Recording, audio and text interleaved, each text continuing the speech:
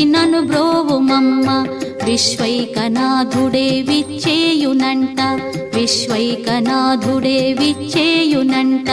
నీ ఇంటి ముంగిట నిలుచుండునంట, నీ ఇంటి ముంగిట నిలుచుండునంట.